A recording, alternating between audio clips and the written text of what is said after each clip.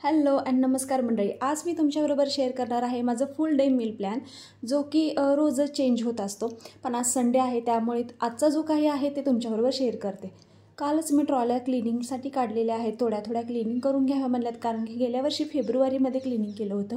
माझ्या काही ब्लॉग्समध्ये मी तुम्हाला सांगितलं आहे की सातारमध्ये आमच्या इथे तरी पाण्याचा प्रॉब्लेम असतो, त्याच्यामुळे थोड्या पाण्यामध्येच मला हे थोडं क्लीन करून घ्यावं लागतं. तर आत्ता ज्या मी ट्रॉल्या साफ केलेल्या आहेत त्याच्यासाठी मी जे काही छोटे म्हणजे भांडे आहेत ते ठेवण्यासाठी एक मोठं भांडं घेतलं. आणि माझ्याकडं सध्या मोठं तरी माझं इडलीचं भांडंच आहे. त्याच्यामध्ये मी वाट्या, पेले किंवा म्हणजे छोटे स्पून्स आहेत ते सगळे साईडला ठेवून घेतले. त्यानंतर जे मी माझं जे डिश रॅक आहे त्यातनं डिश काढलेल्या क्लीन करायला घेतल्या. आणि त्याच्यानंतर मी ज्या ट्रॉलींच्या वरचे जे आपण मॅट टाकतो ते सगळं क्लीन करून उन्हामध्ये गॅलरीमध्ये ठेवलेलं आहे. तुम्हाला आठवत असेल 1.5 वर्षापूर्वी माझं मी क्लिनिंग रूटीन आणि आपण डेली, वीकली, मंथली क्लीन काय करायला पाहिजे आहेत याचे व्हिडिओ शेअर केलेले आहेत आणि ते तुम्हा सगळ्यांना खूप आवडलेले सुद्धा आहेत. असेच क्लिनिंगचे व्हिडिओ जर तुम्हाला पाहिजे असतील तर कमेंट करून नक्की सांगा.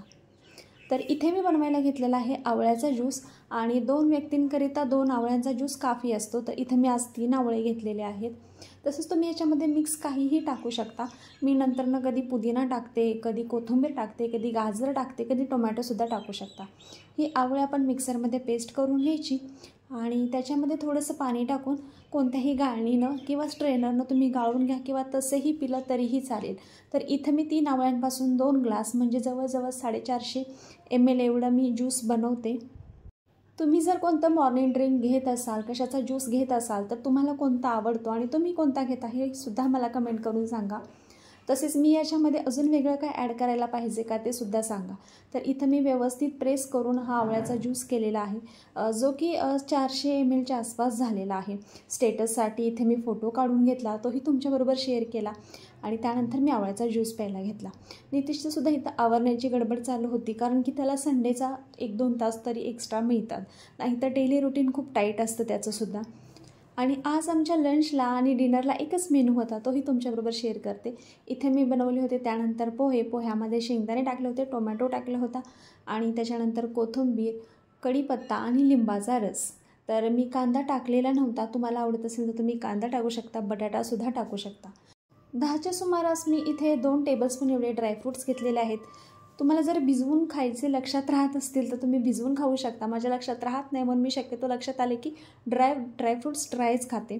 त्यानंतर इथं मी कर्ड राईस बनवण्यासाठी जो भात आपण बनवतो त्याच्यामध्ये थोडंसं दूध टाकलेलं आहे. नंतरनं दूध टाकलं तरी चालतं आणि शिजवताना जर टाकलं तरीही छान लागतो भात, त्याच्यामुळे दूध नक्की टाका. चिकनला मॅरिनेट करण्यासाठी मी इथं घरातलेच मसाले एकत्र केलेले आहेत आणि खूप छान टेस्ट आली होती. हिरवी मिरचीची पेस्ट फ्रीझरमध्ये ठेवल्यामुळे तिचं थोडंसं दगडासारखं झालं होतं.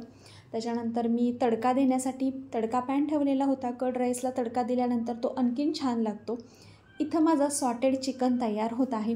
खूप कमी तेलामध्ये खूप छान मसाले टाकून ह्याला खूप छान अशी चव येईल असेच मसाल्यांचं प्रमाण वापरलं होतं. भरपूर असं सलाड घेतलेलं आहे आणि कर्ड राईस मी इथं सर्व केले.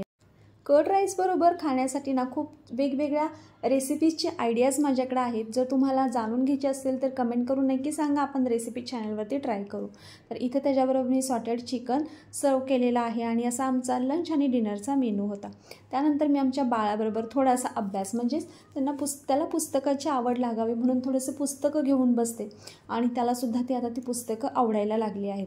तर त्याच्याबरोबर थोडासा टाईमपास केल्यानंतर मी इथं 3-3:30च्या टायमिंगमध्ये केळ खायला घेतलं होतं. जर फ्रूट्स असतील तर फ्रूट्स खावा, किंवा ज्याच्यामध्ये हाय फायबर्स असे तुम्हाला मिळतील असे काही खाल्लं तरी चालेल. जसे की ओट्सचं तुम्ही खाऊ शकता, किंवा गाजर म्हणा, काकडी म्हणा, खाता येईल. केळ खाल्ल्यानंतर मी इथं पुन्हा 1-1.5 तासानंतर ड्रायफ्रूट्स आणि थोडीशी चिक्की खायला घेतली होती. त्याच्यानंतर जेवणाच्या 1 तास अगोदर मी दूध, खजूर घेतलं होतं आणि संध्याकाळी पुन्हा कर्ड राईस.